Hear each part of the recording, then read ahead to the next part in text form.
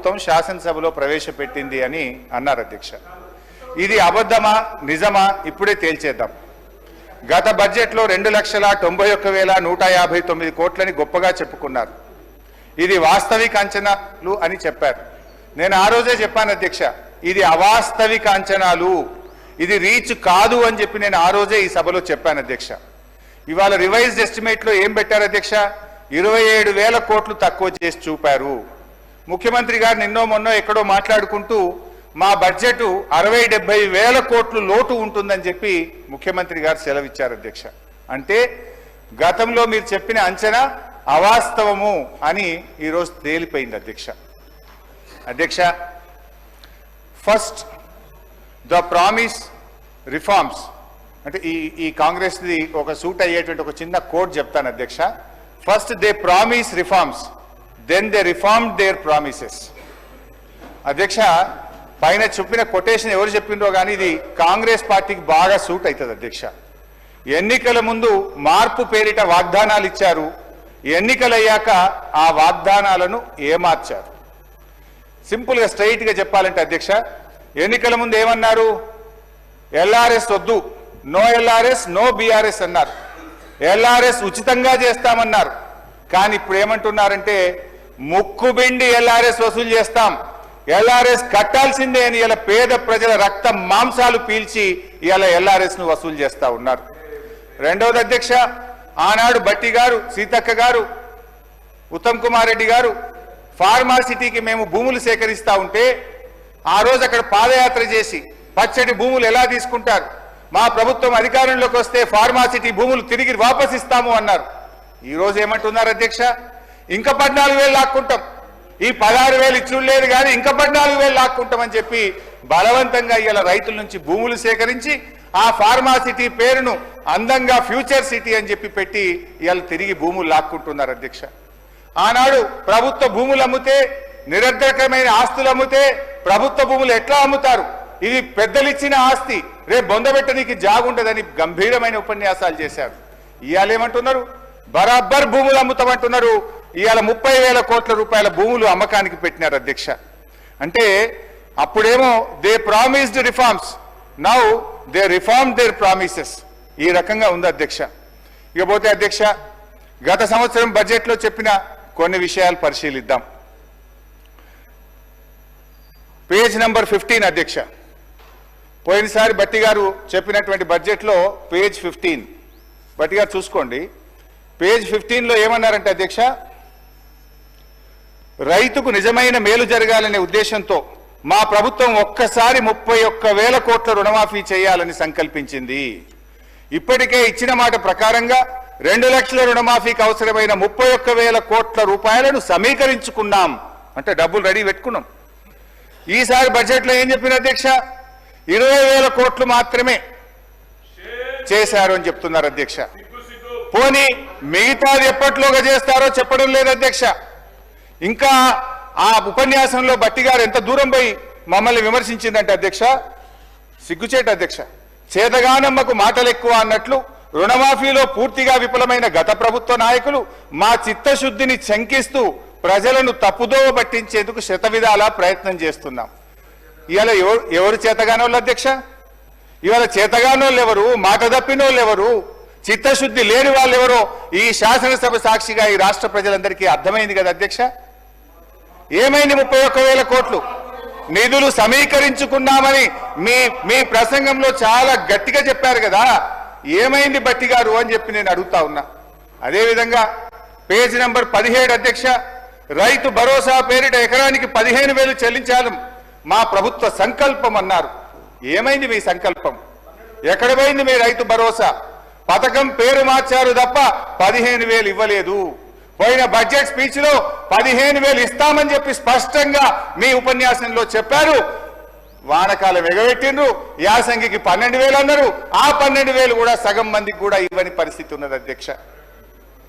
అధ్యక్ష, page number 27 అధ్యక్ష. Page number 27లో బడ్జెట్లో రైతులతో పాటు కౌలు రైతులకు గతంలో కన్నా భిన్నంగా రైతు భరోసా సాయాన్ని ఇవ్వడానికి మార్గదర్శకాలు చేసుకున్నాం. కౌలు రైతులకు రైతు బీమా కూడా ఇస్తాం. ఎంత గొప్పగా చెప్పిండ్రు అధ్యక్ష. అది విన్న కౌలు రైతుల గుండెలు ఉప్పొంగినాయి ఆ రోజు. కానీ ఇవాళ అదే కౌలు రైతుల గుండెలు ఔసిపోతున్నాయి అధ్యక్ష. ఎందుకు ఇప్పుడు ఏమంటున్నారంటే రైతులు కౌలు రైతులు మీరే ఇద్దరు చూసుకోవాలని చెప్పి వ్యవసాయ మంత్రి గారు సెలవిచ్చారు అధ్యక్ష. కౌలు రైతుల బీమా గురించి అయితే మొత్తానికే మర్చిపోయింది అధ్యక్ష. ఈసారి భట్టి గారి బడ్జెట్ లో కౌలు రైతుల ప్రస్తావనే లేకుండా పోయింది అధ్యక్ష. ఇకపోతే అధ్యక్ష పేజ్ నంబర్ 19లో భట్టి గారు ఫసల్ బీమా పథకంలో చేరాం, అమలు చేస్తాం, రైతులు పైసా ఖర్చు లేకుండా మొత్తం ప్రీమియం ప్రభుత్వమే చెల్లిస్తుంది అంటే మేము కూడా సంతోషపడి ఇక్కడ కూర్చొని బల్లలు కొట్టినాం అధ్యక్ష. సంతోషపడ్డాం అధ్యక్ష. బడ్జెట్ లో 1300 కోట్ల రూపాయలు పెట్టామని చెప్పారు. మరి ఏమైంది? ఒక్క రూపాయి విడుదల చేసింది లేదు, ఫసల్ బీమా అమలు చేసింది లేదు. రైతులు వడగళ్ల వాన వల్లనో అకాల వర్షాల వల్ల నష్టపోయిన రైతులకు కన్నీళ్లే మిగిల్చింది తప్ప ఒక్క రూపాయి కూడా ఈ ప్రభుత్వం బీమా కింద చెల్లించలేదు అని చెప్పి నేను మనవి చేస్తా ఉన్నాను అధ్యక్ష. ఇక మహిళల గురించి భట్టి గారు 34వ పేజ్ చాలా గొప్పగా చెప్పారు. పేజ్ 34లో వచ్చే 5 సంవత్సరాల్లో 1,00,000 రూపాయల వడ్డీ లేని రుణాలు అందించాలని మా ప్రభుత్వం సంకల్పించింది. ఇది పోయిన బడ్జెట్ లో చెప్పారు, ఈ బడ్జెట్ లో కూడా చెప్పారు అధ్యక్ష. ఏంటి అధ్యక్ష నిజాలేంటి అధ్యక్ష? ఈ ఆర్థిక సంవత్సరంలో వడ్డీ లేని రుణాలకు సంబంధించి ఈ రోజు వరకు ఒక్క రూపాయి కూడా ఈ ప్రభుత్వం విడుదల చేయలేదు. వడ్డీ లేని రుణాల పరిమితిని గత ప్రభుత్వంలో మేమిచ్చిన 5 లక్షల రూపాయలకు పెంచింది, 5 లక్షల రూపాయల కంటే ఎక్కువ పెంచింది లేదు. ఇదే గత శాసనసభలో మేము అడిగిన ప్రశ్నకు సమాధానంగా 5 లక్షల రూపాయల వరకు మాత్రమే వడ్డీ లేని రుణం వర్తిస్తుందని ఇది అసెంబ్లీ ఆన్సర్ అధ్యక్ష. ఇదే అసెంబ్లీలో నేను అడిగిన ప్రశ్నకే మీరు మహిళలు తీసుకున్న మొత్తం రుణాలకు వడ్డీ లేని రుణం ఇస్తారా?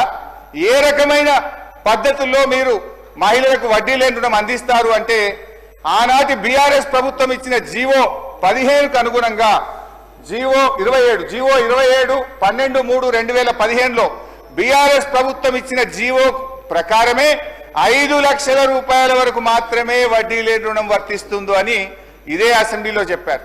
మరి ఇదే అసెంబ్లీలో భట్టి గారు లేచి మహిళలు తీసుకున్న మొత్తం రుణాలకు వడ్డీ లేని రుణం వర్తిస్తుంది అంటున్నారు. అంటే మహిళా మంత్రి సీతక్క గారు చెప్పింది నిజమా?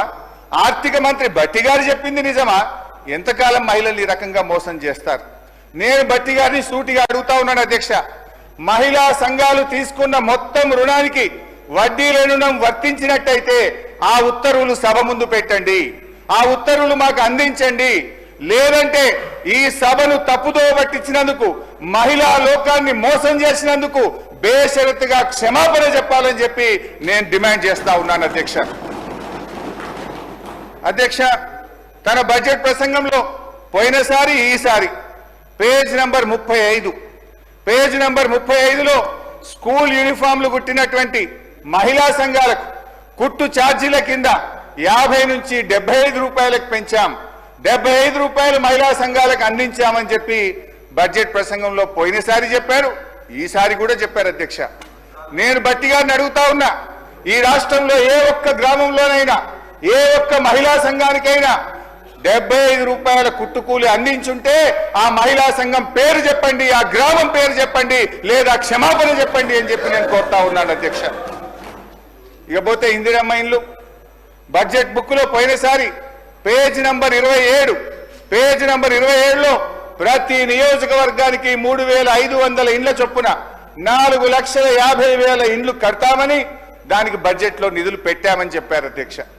మేము కూడా బల్లలు కొట్టినాం, వాళ్ళు కూడా బల్లలు కొట్టిండ్రు. నిజంగానే వచ్చేసిన ఇండ్లు అనుకున్నాం అధ్యక్ష.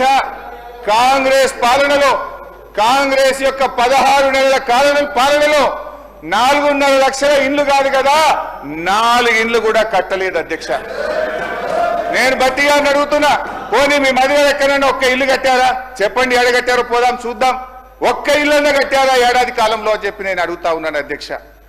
ఇంకా బాధ కలిగేది, పాపం ఈ రాష్ట్రంలో దళితులు, గిరిజనులు, మా బిడ్డ ఉప ముఖ్యమంత్రిగా ఉన్నాడు, మా బిడ్డ ఆర్థిక మంత్రిగా ఉన్నాడు, మాకు మేలు చేస్తాడని చెప్పి ఆశించారు అధ్యక్ష.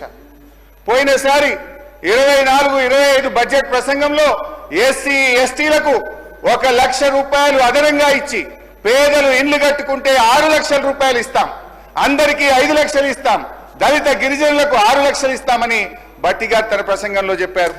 ఈ సంవత్సరం ప్రసంగంలో చూస్తే ఆ 1 లక్ష రూపాయలు మాయమైపోయింది అధ్యక్ష.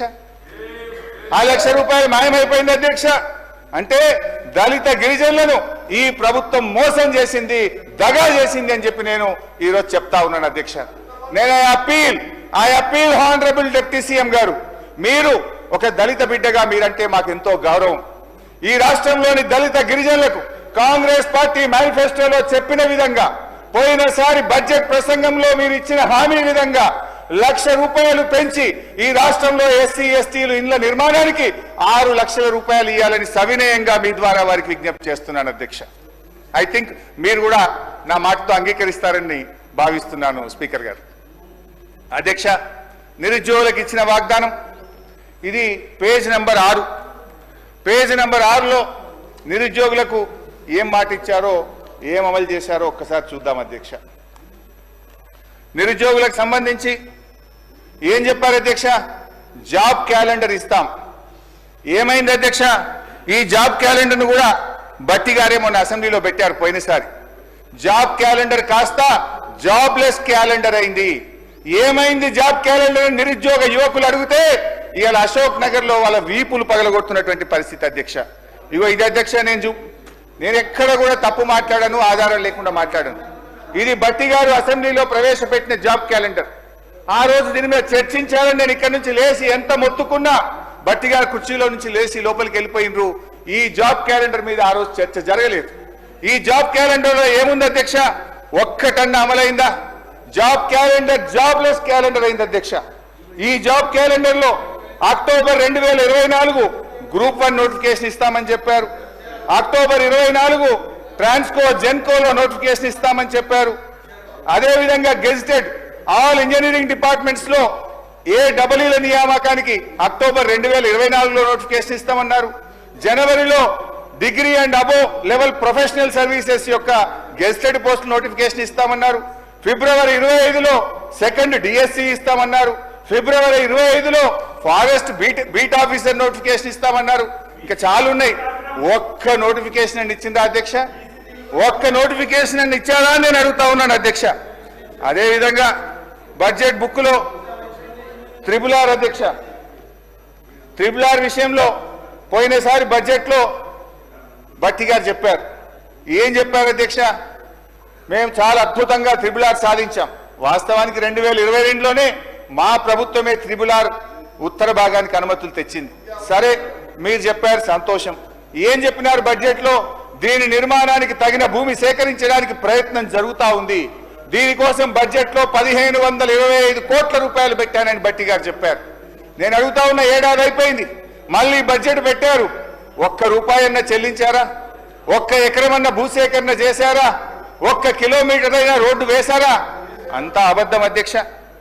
ఇకపోతే ఇరిగేషన్ రంగంలో భట్టి గారు పేజ్ నంబర్ 62 పోయినసారి 2024-25 తన బడ్జెట్ ప్రసంగంలో ఈ ఆర్థిక సంవత్సరంలో 6 పెండింగ్ ప్రాజెక్టులను పూర్తి చేస్తాం, 6.5 లక్షల ఎకరాలకు నీళ్లు ఇస్తామన్నారు.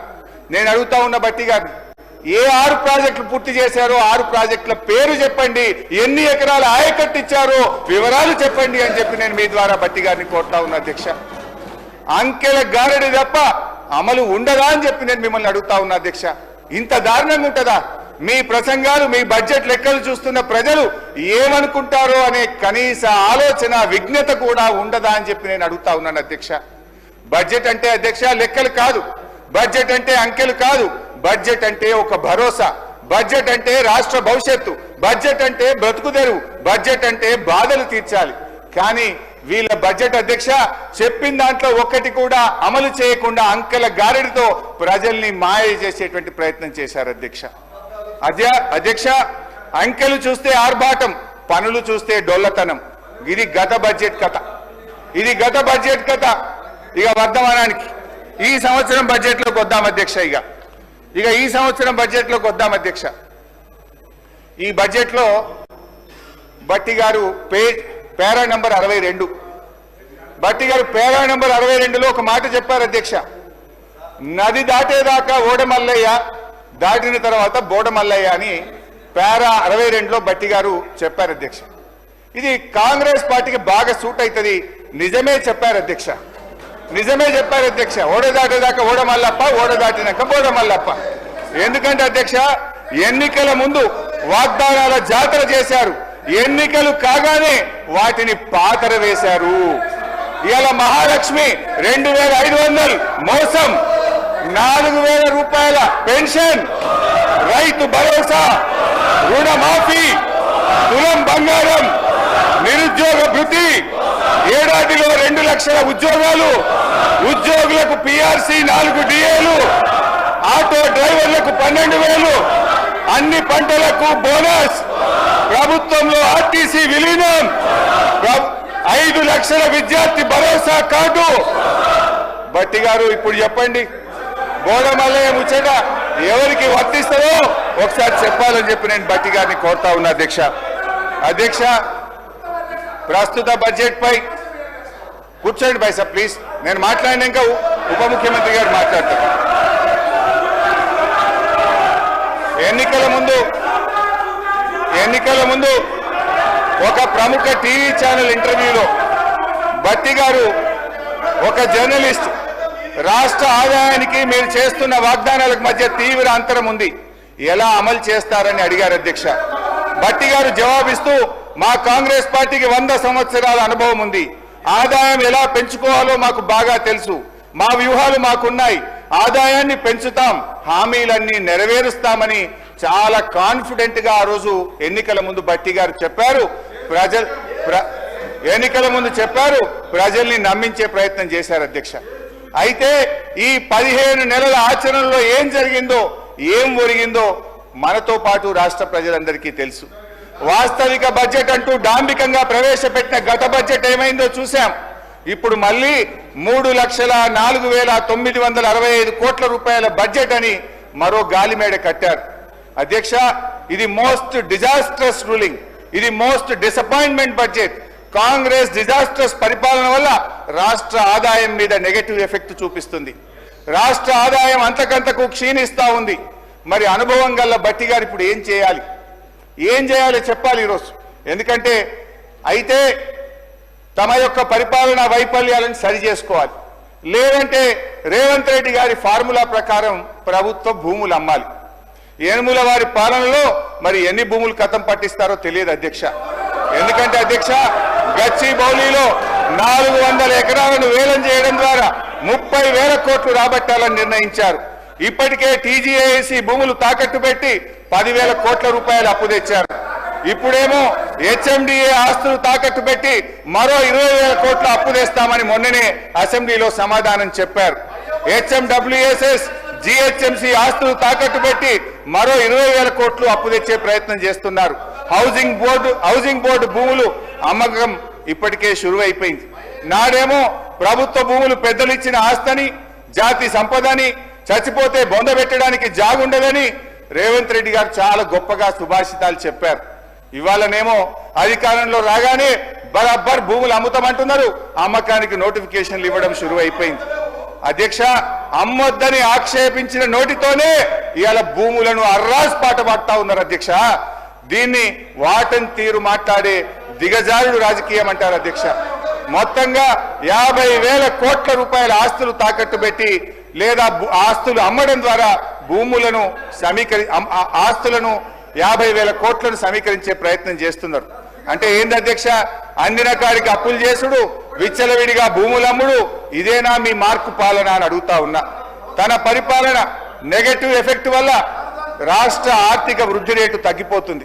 తన వైఫల్యాన్ని కప్పుపుచ్చుకోవడానికి ఈ మధ్య కొత్త వాదన శురు చేశారు. ఏంటంటే అధ్యక్ష, దేశమంతా ఆర్థిక మాంద్యం ఉందని, అందుకే ఆదాయం తగ్గిందని సెలవిస్తున్నారు. అధ్యక్ష, ఒక నిమిషం వినాలి సార్, మంత్రి గారు వినండి. అధ్యక్ష, కర్ణాటక, మహారాష్ట్ర, తమిళనాడు, ఆంధ్రప్రదేశ్ సహా దేశంలో ఎక్కడా కనిపించని ఆర్థిక మాంద్యం ఇవాళ తెలంగాణలో మాత్రమే ఎందుకుంది? అంతా నాకే తెలుసు, అందుకే అంతా నాకే తెలుసని ఈ ప్రభుత్వం, ఈ ముఖ్యమంత్రి గారు అహంకారంతో, అజ్ఞానంతో, అనాలోచిత నిర్ణయాల వల్ల రాష్ట్ర ఆదాయం కుంటుపడ్డది. తన వైఫల్యాన్ని కప్పుపుచ్చుకోవడానికి ఆర్థిక మాంద్యం వచ్చిందని, ప్రపంచమే స్లో డౌన్ అయిందని ప్రవచనాలు ప్రారంభించారు. ఏ రాష్ట్రానికి లేని ఆర్థిక మాంద్యం తెలంగాణకే వచ్చిందా?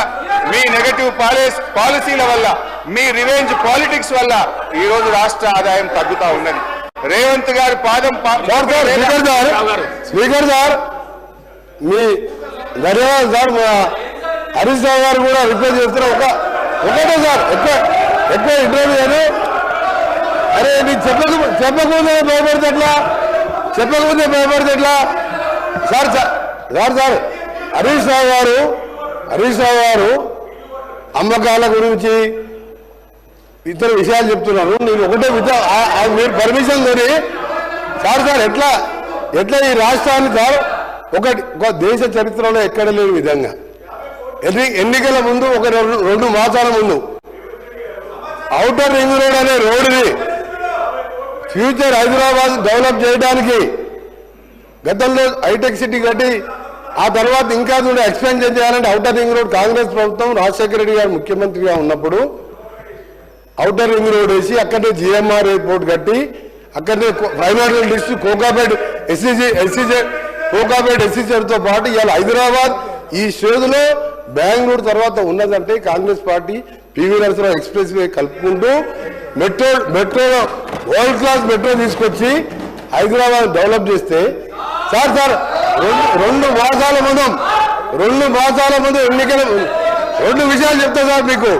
మన తెలంగాణ సభ్య సమాజం తలదించుకునే విధంగా ఔటర్ రింగ్ రోడ్డుని కమిషన్ కక్కుర్తుపడి 7,300 కోట్లకు రోడ్డు రంపిన ఘన చరిత్ర ఈయన సార్ వీళ్ళది. రెండవది సార్ ఎక్సైజ్ ఎప్పటి వరకు ఉంది సార్? ఎక్సైజ్ షాప్స్ రెస్టారెంట్ది ఇంకా 3 ఏళ్ల సమయం ఉంటే 3 ఏళ్ల ముందే అప్లికేషన్ తీసుకొని నిరుద్యోగుల దగ్గర 2,000 కోట్ల రూపాయల నాన్ రిఫండబుల్ పేరు మీద వసూలు చేసి షాపులు కేటాయించుకొని ఎన్నికల ముందు చేసిన కథలు. ఇక భూముల అమ్మకాలు, కోకాపేట్ల యాక్షన్లు, వీళ్ళ బిరామీలు 100 కోట్ల లెక్క పెట్టిన భూముల చరిత్ర మేము చెప్తాం, మా రిప్లై చెప్తాం. హరీష్ రావు గారు దేశంలో, రాష్ట్రంలో, మన దేశంలో కాదు ప్రపంచంలో ఎక్కడ కూడా మీ కట్టే ఓటు విలువ అధ్యక్ష ఆ కన్స్ట్రక్షన్ కాస్తే 6,500 కోట్లు. రోడ్డు ల్యాండ్ ఎక్విజిషన్ కలితే కదా ఆ రోడ్డు విలువ 1,00,000 కోట్ల పైన ఉంటుంది అధ్యక్ష. రోడ్డు నమ్ముకుంటారు అధ్యక్ష ఎవరైనా? ఈయన భూముల అమ్మకాల గురించి మాట్లాడుతున్నాడు. హరీష్ రావు గారు భూముల అమ్మకాలు మాట్లాడుతున్నారు. హరీష్ రావు గారు మొత్తం తెలియదు అధ్యక్ష. హరీష్ రావు ముందు పెట్టి మాట్లాడిపిస్తారు, వెనక నడిపించే 2-3 ఉన్నారు. హరీష్ రావు మొత్తం తెలియదు. దయచేసి మీ చరిత్ర తెలుసుకొని మాట్లాడండి. హరీష్ రావు గారు